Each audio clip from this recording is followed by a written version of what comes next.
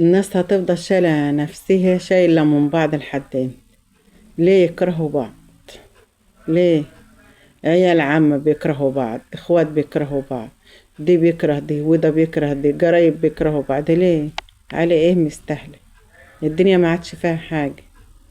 على ايه؟ على الورث، على البيوت، على الملك، على الفلوس. ليه كده؟ ليه كده الناس تشيل وتقتل بعضها؟ ملهمش خيرة ببعض، بيكرهوا بعض، خصموا بعض، يبعدوا عن بعض. ليه احنا ما نجيش في شهر رمضان، الشهر المبارك، الشهر الكويس، الشهر الخير، الشهر الكرم؟ هم؟ ليه؟ ليه ما نحطش ايدينا في ايد بعض؟ نحط ايدينا في ايد بعض، نجربوا ببعض، ده يعزم ده وده يعزم ده، ويبقوا ايد واحدة، محدش واخد منها حاجة. في الاول والاخر محدش واخد منها حاجة معاه خالص، ولا حد هياخد ارض معاه، ولا حد هياخد، ولا حد هياخد ارض، ولا حد هياخد بيوت، ولا حد هياخد حاجة معاه. مش هياخد اللي عمله. ليه كده؟ ليه الناس بتعمل في بعضها كده؟ ليه الناس تكره بعضها؟ ليه الدنيا مش مستاهلة؟ عمر ما حد هياخد منها حاجة، محدش هياخد اللي عمله.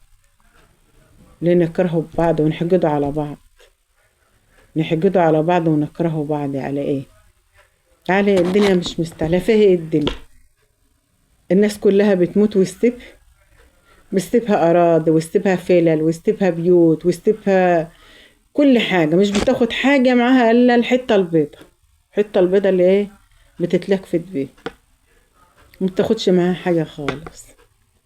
ليه هنفضلوا الناس تكره بعضها على ايه؟ ما عادش في الدنيا فيها حاجة.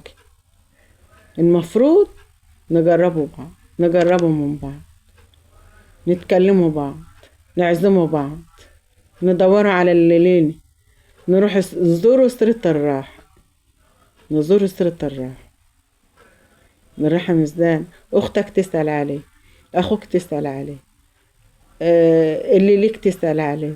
محدش واخد منها حاجة خالص.